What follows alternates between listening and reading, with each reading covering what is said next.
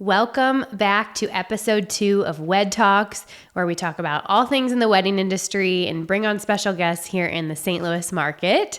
Hi, Ashley. How are you? Good. How are you? Good. This is Ashley MacDonald with AM Floral Designs. Well, I guess technically it's Ashley MacDonald Floral Designs, but on Instagram, it's AM Floral Designs. Yes. Ash is a great friend of mine. We've known each other for several years now, and she is a valued partner with us here at the venue. I'm constantly picking her brains for ideas and just, all things florals. Yep. So kind of tell me a little bit about yourself. Yeah. So as you mentioned, Ashley MacDonald Floral Designs. I have a lot of history in the floral industry, literally dating back to like when I was 7 and 8. Parents had a landscaping flower nursery greenhouse business, then went into the wholesale floral world, working here in St. Louis at Bache & Skinner. And then for 8 years, I have owned AM Floral Designs. Awesome. So yeah, that's a little history and, knowledge of what I have, not just in the wedding industry, but in the floral industry. Yeah, and if you ever see any of my photography sessions with floral installs, it's always Ash. So we work together creatively very, very well. So it is awesome when I get to work with her at the venue because we kind of jive together and have such fun ideas with, in Labor Day weekend this year. Stay tuned. We have a really awesome wedding together, and we're going to be actually surprising the couple with the design. Yes. So that's going to be so fun. Yeah. So, okay, let's dive right into it. Okay. So some of these are questions that I've put together that people ask us all the time. Okay. And some are things that people just ask all the time when they're on tours or in for their consultation. So our goal here is just to connect people with this information because you likely only plan a wedding one time, maybe twice, maybe 3 times. But, you're doing this once. Yep. And most people don't understand, A, how much things cost, and B, what it takes to get there. Correct. Which I love that you're doing this because it's something that I've thought about for a long time, just in the floral part of the wedding industry. So just the fact that we're getting education out there to clients, specifically your clients, is amazing. Yeah. We're excited to have you. So, okay, let's dive right in. I think one of the biggest questions that I have here is the ceiling and the volume of the space is so huge. Uh-huh. So what do you do to kind of design in a space and fill it up without being able to hang things from the ceiling per se? Gotcha. So it's interesting because when you were building the venue, I remember one day you had me come here to look at the ceiling and see how grand they were. And we kind of talked about that. So what a lot of people don't realize, because you see all these pictures on Pinterest that are things hanging from ceilings, floral installations, lights, chandeliers, stuff like that. All those venues are usually typically either more industrial. So they have, beams that run across that we can hang stuff from. So in order to hang something, it does require a structure or what we call hang points, which are in the ceilings, and then we can run cables from and hang things. So since we don't really have those hang points here, what my job is, if somebody comes to us with this venue, is to come up with a way, whether it's using a structure that's taller than what you normally would see, or working with a decor company on getting that structure and then trying to cover it up as creatively as we can. Yeah. Okay. So that's one thing that we've kind of talked about, and it's one thing that we can't really talk about because it's saved for Labor Day. Surprise. That we are working on with a couple structures. But the other big thing is when you're focusing on your centerpieces, even whether it's a round table or a rectangle table, you need grander volume when it comes to the centerpieces, just in general. So everybody knows what a tall centerpiece looks like. Everybody's been to weddings where you have low floral centerpieces and you have tall centerpieces. This venue, because of the ceilings, almost requires those tall centerpieces to be double, if not triple the size of what people triple. are normally seeing. Yeah, because you're normally seeing like a 24 inch, yes, like a 24 inch Yeah. centerpiece. I will say at our studio, we really don't do anything under 36. And I think for here, what we've done before is even like 48 inches round. So you need a lot of floral to fill the space. It doesn't necessarily have to be floral. It could be greenery or trees or something like that. But those are just some suggestions as far as trying to fill the grandness of the space. Okay, so say people don't have $1,200, and I'm just ballparking that, $1,200 per an arrangement to spend on a big, elaborate design. What do you recommend just doing in place or supplementing? Yeah. So when it comes to budget, so we're kind of like tiptoeing into that like money, area, which no one wants to talk about that. No one wants to talk about, which that's why we're doing this, right? So we can change that kind of dynamic and just talk about budget and money. When it comes to budget, no matter what your budget is, when you work with us specifically, our job is to work with the budget that you have and try to create those wow moments. So if you have a smaller budget, don't try so much to fill the entire space with flowers everywhere, because you're not gonna kind of accomplish that goal, if that makes sense. So what I always tell my clients is take your budget, whatever it is, and focus on high impactful areas. Here, it's in front of that window for the ceremony space. So if you want an arch just full of greenery or full of floral, put your budget towards that and then go minimal on centerpieces. It's not that you have to have like big grand things everywhere. It's think of the areas that are going to be photographical moments, areas that you're going to post those pictures on Instagram, or your parents are going to print them out and hang them still. So think of those moments, your bouquets, ceremony pieces, high impactful moments, and kind of don't put that budget towards smaller things, which those smaller things would be tiny bud vases on cocktail tables, greenery on signage. Like if you have a welcome sign, let it speak for itself. Just skip the welcome sign. Yeah, you know what I mean? Yeah. Like everybody knows where you are. Like, and who they're coming to celebrate. Skip those little things. Yeah, skip the little things. Use the budget that you have for high impactful areas. Yeah. So I always tell people when I'm touring, if you don't have the budget for the ceremony space, and you might kill me for this. I don't know. Tell me. I think I know what you're going to say. I'm gonna agree. Yeah. I say don't do something dinky up by that huge window. Like just skip it totally, because the window is beautiful by itself. Yes.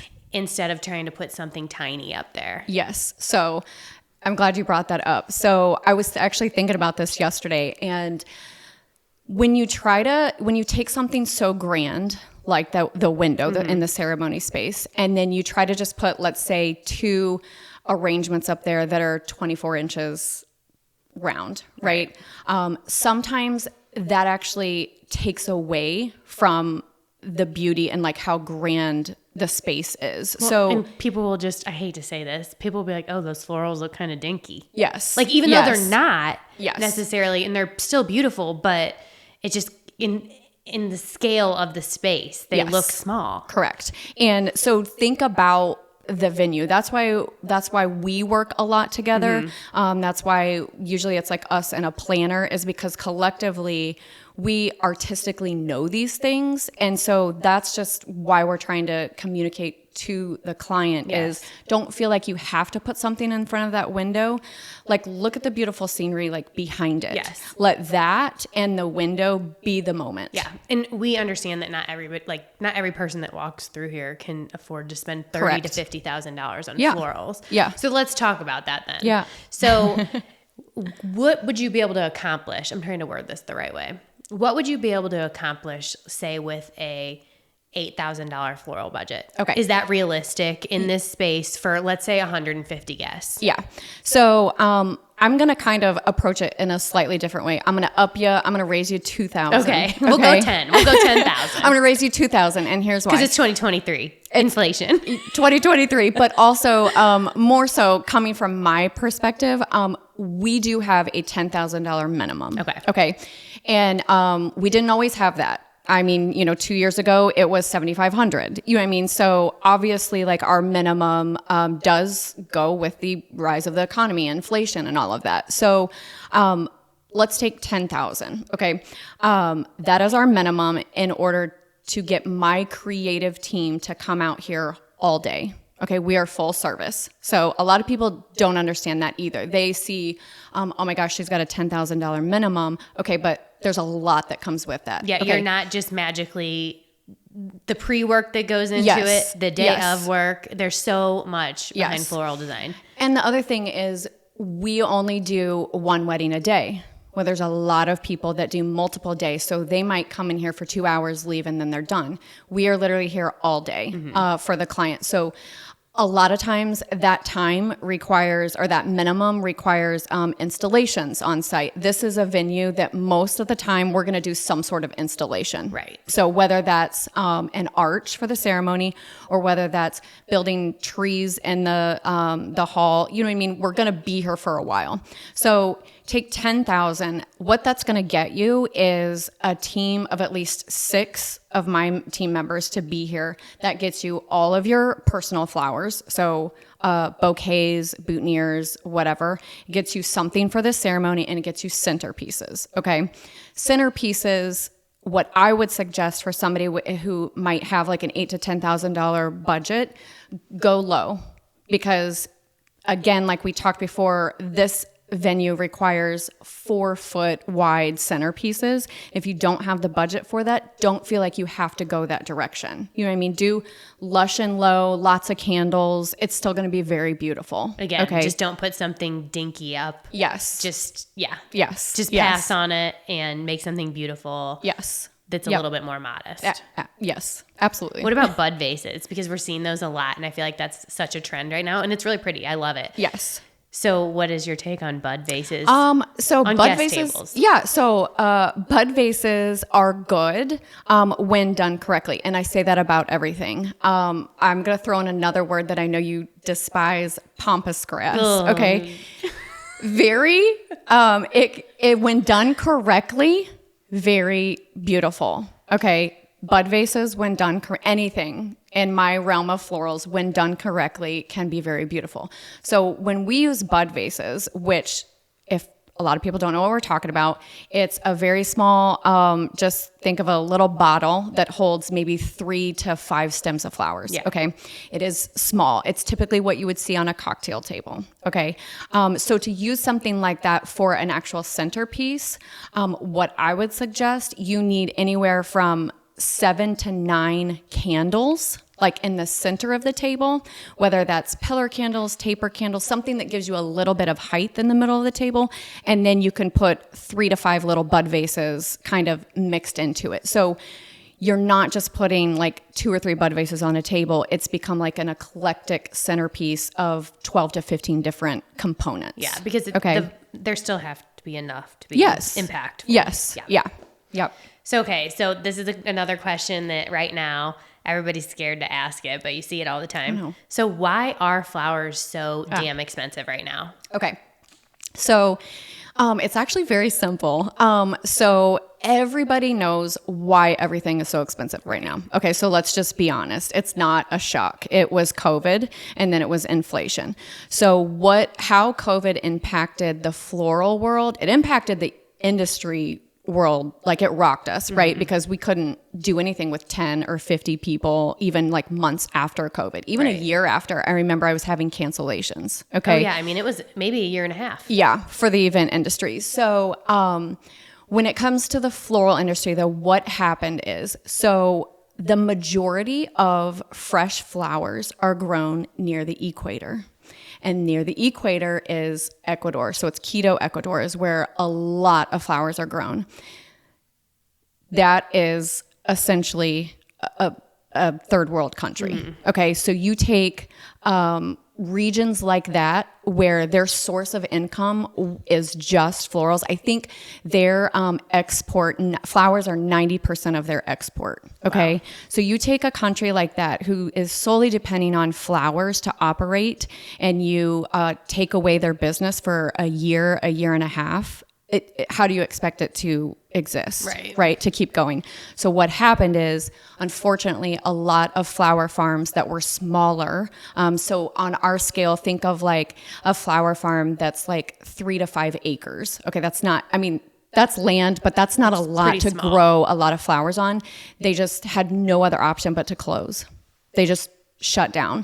So what was left were the bigger farms that were able to get like government assistance and stuff like that in their country. And so some of those farms did absorb the smaller farms, but a lot of that farmland is just kind of sitting stagnant now. So you have less flowers being grown. And obviously, like with less product, they can charge more, and they are charging quite a bit more. Yeah. I mean, some of the flowers that we are seeing are double or not triple what they were prior to COVID.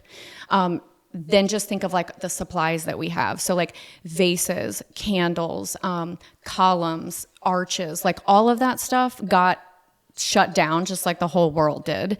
And then it's just taken a very long time. Like still to this date, I have a hard time finding some supplies. And so what we're having to do is reach outside of our wholesale vendors and shop at like Crate and Barrel, Pottery Barn, World Market. Like we're just having to go out. Yes, you're paying now. We're not getting source prices or even wholesale prices. We're just paying whatever we have to pay. What a consumer would pay. Yes, to add that stuff to our inventory. So that is, in a nutshell, is kind of, everybody already knew it was going to be COVID. I mean, it just, I think, helps to explain, the farming situation, the growing situation, and it just makes sense once people hear it. Yeah. No, it makes total sense. It's very unfortunate, but hopefully everything will level off. Yes. It might take a little bit, Yeah. but hopefully that's in the cards for everyone. So back to kind of some wedding trends. Yes. What is something, I know it's no secret I don't like pampas grass. And it's mostly because it's messy. But I do have that on my list. You're gonna laugh. So I actually made a list because I have quite a few. Okay. So I'm gonna try to remember them, but I might have to refer to my notes. So unfortunately, pampas grass is number one. So I don't like to say like pampas grass is completely out, because there's always clients that are going to come to me and be like, I want a super boho wedding. Mm-hmm. And again, my job as a designer or artist is to take a trend that was popular 3 to 5 years ago. And if a client comes to me and still wants that, it's my job to incorporate those elements, but in a more creative, minimal way, if that makes sense. So, what I mean by pampas grass is out is pampas grass everywhere is out. Okay. We can tastefully still use pampas grass and other dried elements into the fresh floral world, which is what we tend to do. So it's not as messy, it's not as noticeable, and it's just not that neutral dried color everywhere, if that makes sense. And I think what happens with floral trends is just like everything else. We're in the middle of the country in Missouri. Mm-hmm. So we see things that happen on the coast in New York or LA last. They kind of trickle down, and then by the time they're to us, they're kind of over with. Yeah. So I think that's why hiring a floral designer that is, big on continuing education, that knows today's trends, it's so valuable, because you don't want your wedding to look dated. Yes, correct. Yeah. So, and the other thing to go along with that is, yes, I have always said, like, my influences come from the East and West Coast. That's what I've always done within my design, which is why we get along so well when it comes to design. And so along with that comes just artistry. Okay. And using other elements other than just flowers. You know what I mean? We like to use colored glass. We like to use, bring in concrete or wood elements. So it's trends that you see that are happening, and then once they get to us, how can I take something that I know has been happening on the coast for 3 to 4 years and make it still beautiful but up to date? Yeah, and florists do so much that people don't even think about. Yeah. In a flip, like this is a good example. Mm-hmm. Our ceremony space is often used for part of the reception, even if it's just dance floor, but often we do put guest tables over there. So you guys are staying on site, and you're not just doing the florals, you're also doing the candles, the vessels. Like, you do way more than anybody even realizes. Right. Yeah. So yeah, I mean, that's a good point too. Again, being part of like the artistry that I like to work with and why we get along so well is our styles are very similar. You know what I mean? I don't just use the wholesale vendors that I have. Like I said, like I will go to Pottery Barn, World Market, and try to see like what they're selling and what's in season. More so, just like home decor and fashion even will influence like what we do in weddings. Well, so what are some things?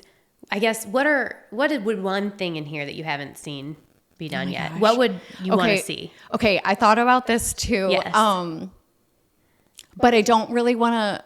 Okay, well, I don't want to give away too much because we do have a fun wedding coming up this fall. And so without trying to compromise the creative design that we came up for that, I think it's your wish too, is I would love to see florals going up like the entire height of that window in the ceremony space. Yes. Okay, I'm talking like entire 15 feet and then going with the curvature of the window and you know what I mean, just going like playing big on the architectural design of the building. Yes. And not competing with it. Yes, that's always my wish. Yes. So obviously we have big dreams. Yes. And that's fine, but with big dreams requires big budget. Yes. So like we all understand that. So that would be something that I would like to see here without going too much more into detail of what we might be doing this fall. What colors do you think? Because this is a very clean, classic, timeless venue. Yes. So what colors do you think are best in here? Okay. So this is a very easy answer. Any color.